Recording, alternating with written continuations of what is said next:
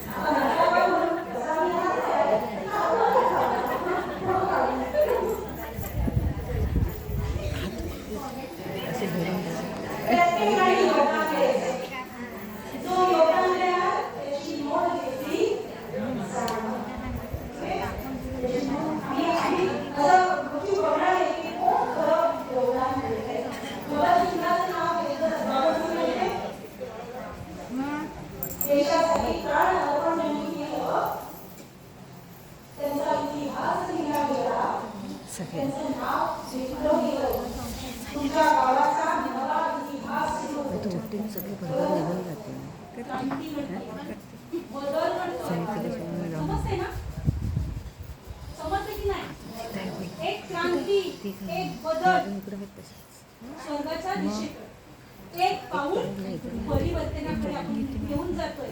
आणि यामध्ये प्रत्येकाचं योगदान असायला. ग्रामसभेला अजून 5 जणींना घेऊन या. तुम्हाला जे जे अडचणी आहेत त्यांना सांगा आणि अजून 5 जणींना घेऊन या. आणि जेव्हा तिथं विचारलं जाईल की हा ठराव करायचा आहे, ग्रामसभेमध्ये चर्चा होईल, तुम्ही बोला नाही आम्हाला हे करायचंय, आमच्या भविष्यासाठी आम्हाला हे करायचं, आम्ही करू, आम्हाला सांगा कुठे यायचं, आम्ही काय करायचं सांगा, आम्ही ते सगळं करू, पण आम्हाला आमचं गाव सुंदर पाहिजे, कोणाला अडचण नको. आणि भांडणं भावकी हे त्यांच्याकडे असतं. मी म्हटलंय मला द्या आधी फुलं त्यामुळे कृपा द्या. आम्हाला काय करायचंय गावाचा सर्व करायचा. इथे कोणी मोठा छोटा नाही, ज्याला जेवढी ऐकत आहे तेवढा तो करेल. आता पहिली गोष्ट आपण इथे करूया की गावामध्ये आपल्याला शोष खड्डे करायचे. शोष खड्ड्यांचं सरांनी सांगितलं पाणी उड्यावर राहत नाही आणि मच्छर वगैरे येतो. आता सांगलं कारण जे पाणी आहे काय होतं त्या खड्ड्यांमध्ये आत जाते. 95% शोष खड्डे आहेत आपले. पहिली गोष्ट आपल्याला इथे करायची. शोष खड्ड्याचं घेऊन गेलेलं मॅडम आमच्याकडे शोष खड्डे जवळ 95% आहेत पूर्ण. बरं किती राहिले? 5% राहिले आहेत ना. हो ते व्यवस्थित ठेवा म्हणा. आहे ते त्यांची कशी हे घ्यायची ते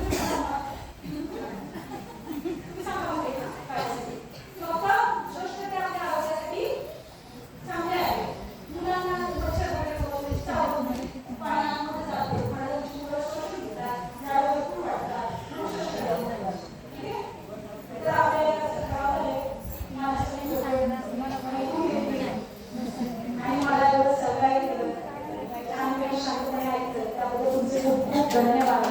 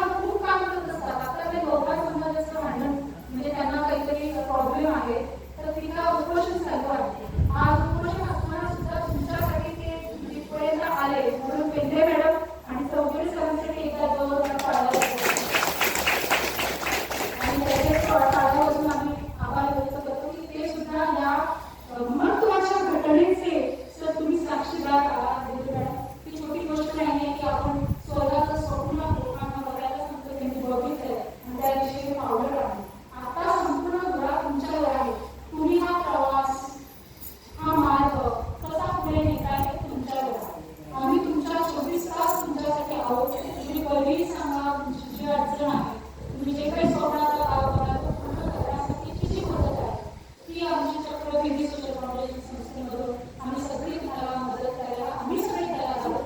फक्त तुम्ही तयार आहात. Thank you so much.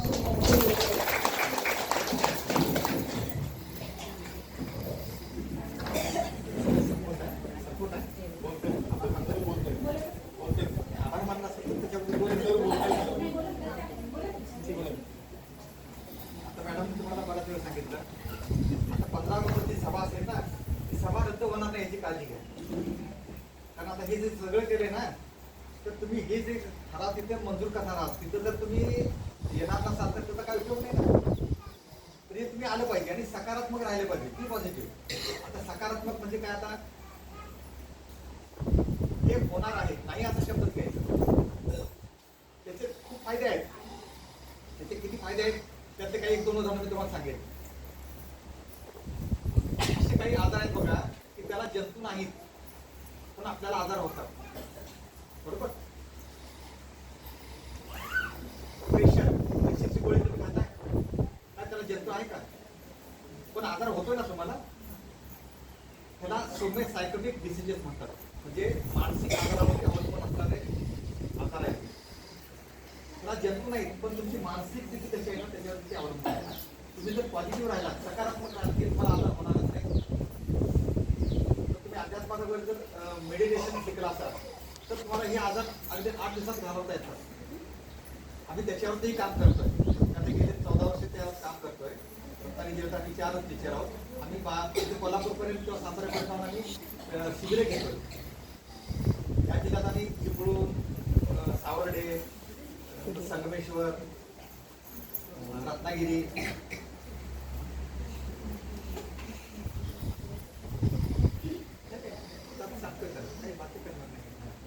तर असे जे काही आजार आहेत, असे काय आजार आहेत फक्त आपण सकारात्मक राहिलं तर ते आजार होत नाही. तर त्यासाठी सकारात्मक राहायचं. आणि जसं सकारात्मक तुम्ही राहाल ना, तुमची प्रगती आपोआप होत पाहिजे. तुमच्या विचारामध्ये सकारात्मकता आली पाहिजे. ह्या गोष्टी सगळ्या आपोआप घडत जातात. जसे आपले विचार असतील तसं आपण घडत राहतो. तर ही सभा सुद्धा झाली पाहिजे. हे सर्वांनी आता मनावरती घ्यायचं आहे. ही सभा आता 15 ऑगस्ट जी आहे, 15 ऑगस्ट आहे, हा दुपारी 2:30 वाजता आहे. सर्वांनी यायचं. आपले ठरावायचे आपण पास करून घ्यायचे. आपला हक्क आहे तो. आपला हक्क आहे तो तुम्हाला मिळाला पाहिजे. त्याच्यासाठी ह्या NGO जे संस्था आहेत त्या झटत असतात. त्यांना तुमचं सहकार्य पाहिजे. आता तुम्ही बघा इथं आता एक तास वेळ तुम्ही मोठे वेळ जाता. आज तुम्हाला काय फायदा झाला इथं सांगाल काय? आज तुमचा इथे काय फायदा झाला? फायदा काय झाला का तुम्हाला येऊन इथे? आत्ताच्या घडीला तुम्हाला काय फायदा झाला? चांगले विचार आहे.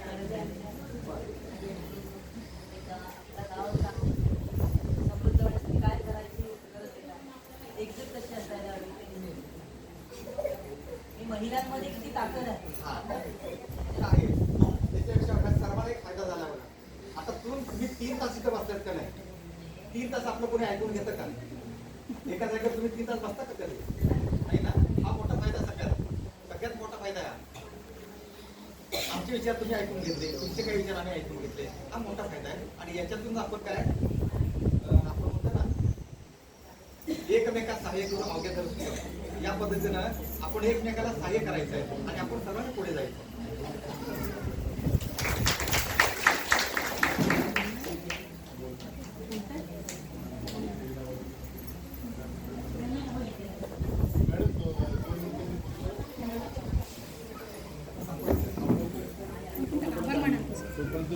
बॅनर लावून घ्या.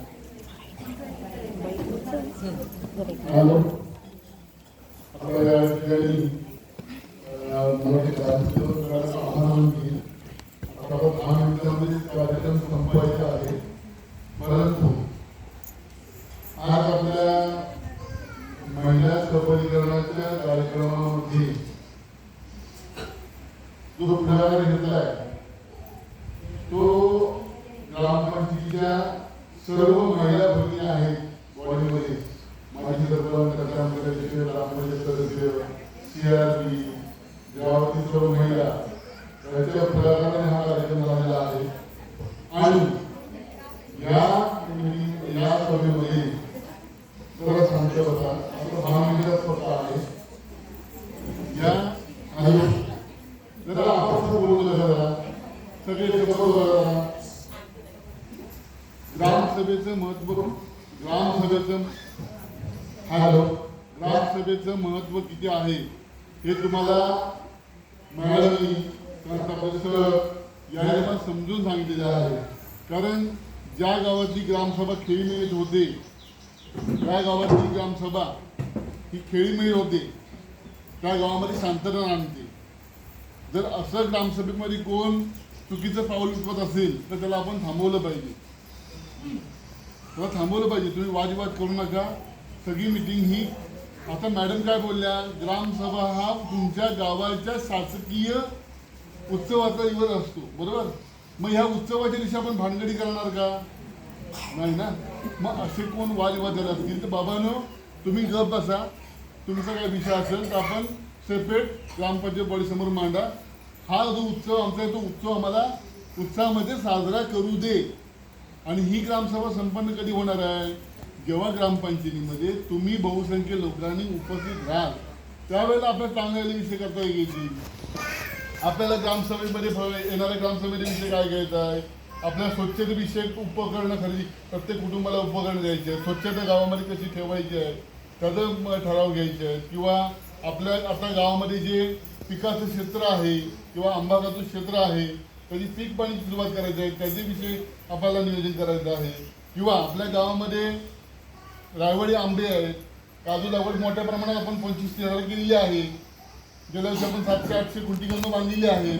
परंतु ते क्षेत्र आपल्याला 100% न्यायचं. प्रत्येक कुटुंबाकडं मी तुम्हाला काळजीपूर्वक सांगतो, तुम्ही महिला भगिनीने आत्ता घरात गेल्यानंतर तुमच्या मिस्टरांचे कान चावा, आले का? म्हणजे कसे कान चावा म्हणजे कानात बोला मोठ्या ऐकून घ्या. काय बोललं पाहिजे? ज्या कुटुंबाकडे 100 काजू आहेत आणि 25 आंब्याची कलमं आहेत तो मुंबईला जाऊन काही मुंबईला गेला तरी मुंबईला एवढं कमवतो तो इथं कमवू शकतो. असे आपण आता गावामध्ये आपण 75 ते 76 कुटुंब तयार केलेले आहेत. ते उद्दिष्ट आपल्याला 100% न्यायचं आहे. पण ह्यासाठी तुम्हाला ग्रामसभेला उपस्थित राहून ग्रामसभा जे सांगेल ते तुम्हाला ऐकायला पाहिजे. जेवढं तुमचं कवाट आहे कुरण आहे ते सगळे आंबे असतील त्याला खुंटी कलमं बांधून टाकायची. हापूसची आंब्याची कलमं बांधायची नाहीत. आपल्याला केशर बांधायचे आहे, आपल्याला म्हणजे बारमाही लावायचे आहेत किंवा आपल्याला तोतापुरी लावायची आहे. तर आपल्याला ही क्रांती करायची असेल इथपासून आता मॅडमनी बरंचसं माहिती सांगितली, ही सगळी ऐकण्यासारखी हे सगळं करायचं असेल तर गावातल्या सगळ्या लोकांचं एकटी ग्रामपंचायत बॉडी सगळं करणार नाही आहे. सगळं ग्रामपंचायत बॉडीवर किंवा आणखी दुसऱ्या लोकांमध्ये विषय असतात. मला सांगितलं नाही आहे ना, त्याला सांगितलं नाही.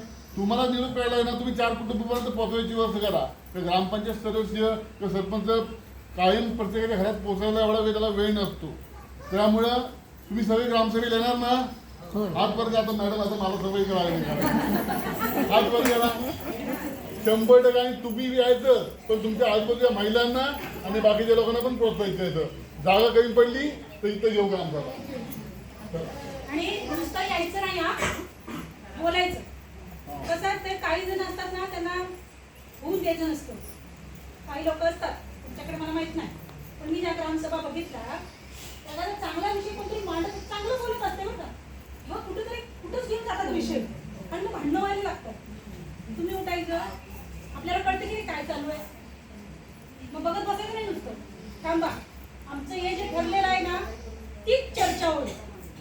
मागचं काही काढायचं. आम्हाला याचे दरवाजे आम्ही आता उघडलेले आहेत आणि ह्याच विषयावर तुम्ही बोलायचं. ते भांडणं मजा बघत बसायचं नाही. भारी भांडता येत नाही. थांबवा आणि हे धाडस तुम्हाला आणावं लागेल तर चांगलं घडेल. बघत बसलात तमाशा तर होणार नाही. महत्वाचा मुद्दा भांडणं व्हायला लागले तर हे बोलू शकत नाही. आपण बोलायचं कारण मी तुमच्यावर काम केलंय. माझं तुम्ही ऐकलंय. ज्या आता या वर्गामध्ये नाहीत त्यांना याचं काहीच करणार नाही कारण त्यांनी ते ऐकलेलं नाही बरोबर. त्यामुळे ह्या वर्गात आहेत त्यांनी बोलायचं आणि ते थांबवायचं. एक बोलायला उठली दुसरी लगेच उठली पाहिजे. भांडणं होताना चांगलं चाललं असतं तर उठायचं नाही. चांगलं चालेल थांबवा. भांडणं व्हायला लागली तर 4-5 जणींनी एका वेळेला उठायचं. हे थांबवा आम्हाला यावरच चर्चा पाहिजे. समजलं का नाही?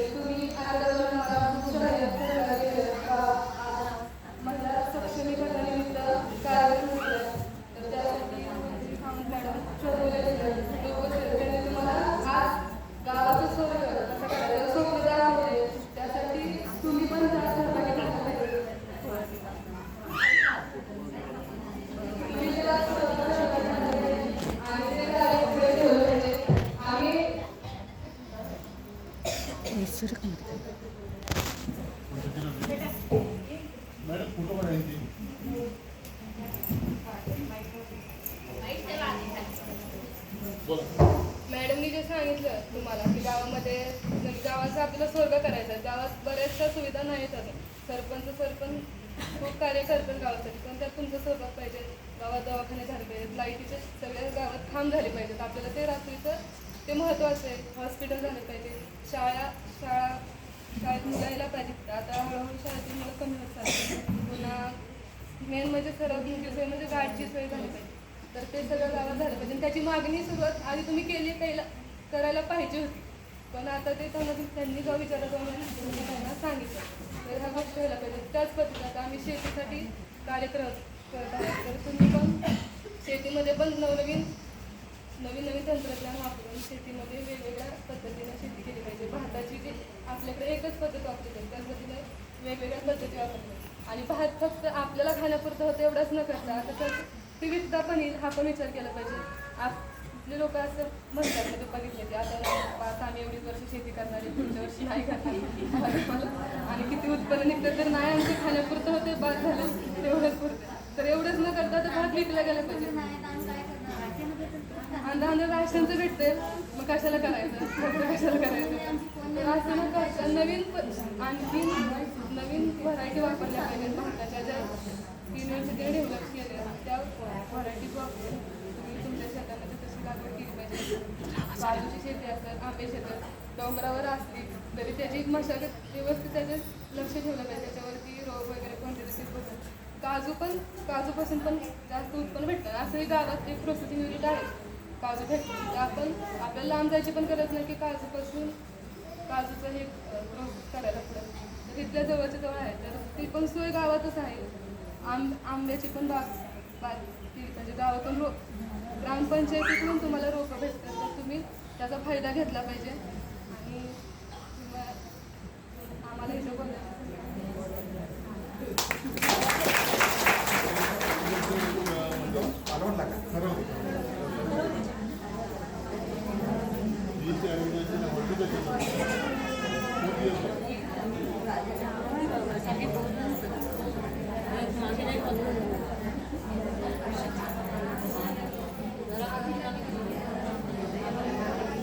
मला फक्त एवढंच या निमित्तानं बोलायचं आहे. पहिली गोष्ट तर आपण लहानपणापासून ऐकत आलोय की एका यशस्वी पुरुषाच्या मागं एका स्त्रीचा हात असतो.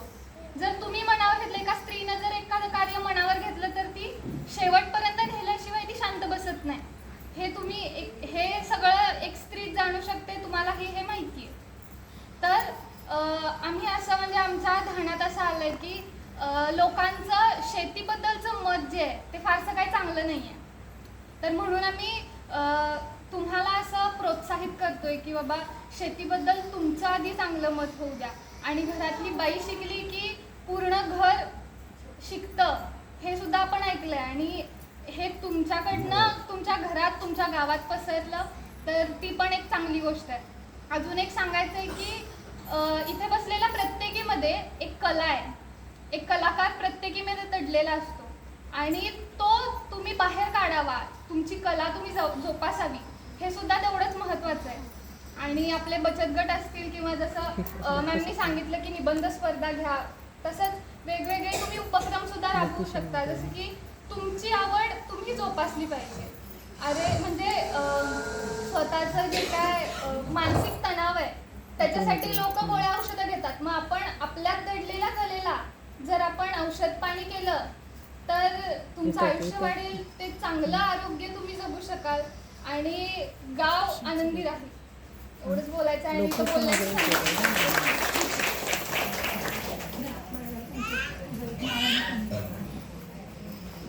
आपला जो निबंधाचा विषय आहे ना, स्वप्नातला गाव आणि त्यात माझे योगदान, ते पण पुढे घ्या की नाही? त्यात पण स्वप्नातला गाव, माझा स्वप्नातला गाव आणि त्यात माझे योगदान, असा विषय तुमचा असेल. काय करायचं?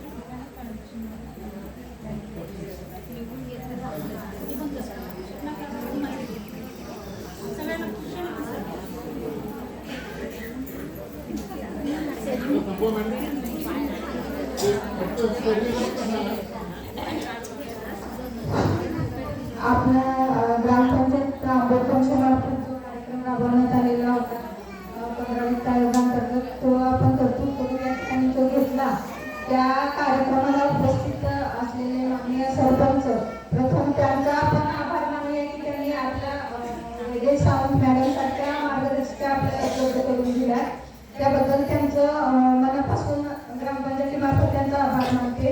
तसंच या कार्यक्रमाला आपलं मार्गदर्शन करण्यासाठी उपस्थित असलेल्या वेगळे सावंत मॅडम यांचं देखील सुद्धा मी ग्रामपंचायतीमार्फत व इथे उपस्थित असलेल्या सर्व महिलांमार्फत मी त्यांचं मनापासून आभार मानते. आणि परत त्यांनी आपल्याला मार्गदर्शन करावं असं मी त्यांना तसंच या ठिकाणी त्यांच्याबरोबर उपस्थित असलेले आपले चौधरी सर यांनी देखील मोलाचं मार्गदर्शन या ठिकाणी केलं. त्यांचं सुद्धा मी ग्रामपंचायतीमार्फत आभार मानते. त्याचबरोबर आपल्या लेंगे मॅडम या ठिकाणी उपस्थित आहेत. त्यांनी देखील आपल्याला मोलाचं मार्गदर्शन केलं. त्यांचं सुद्धा मी ग्रामपंचायतीमार्फत त्यांचा आभार मानते.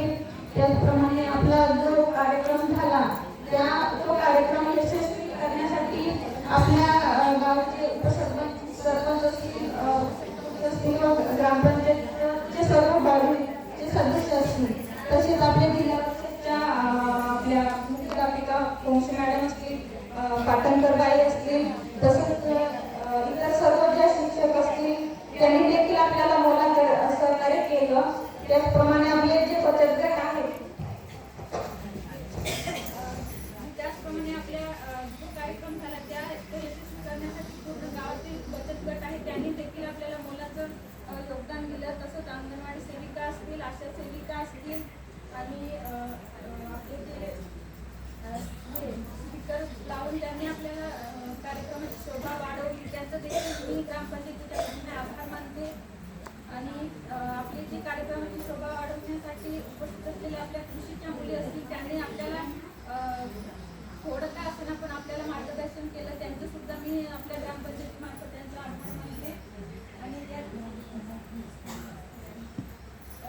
ठिकाणी उपस्थित असलेले बचत गटाचे CRP, ग्रामसंघ अध्यक्ष असतील, शाळा कमिटी व्यवस्थापन अध्यक्ष असतील, यांचे सगळ्यांचे आणि या सगळ्यात महत्त्वाचं म्हणजे या ठिकाणी जो कार्यक्रम झाला त्या कार्यक्रमाला उपस्थित असलेल्या सर्व महिला भगिनींचं मी ग्रामपंचायतीच्या वतीने आभार मानते. आणि अध्यक्षांच्या परवानगीने आजचा कार्यक्रम संपला असं जाहीर.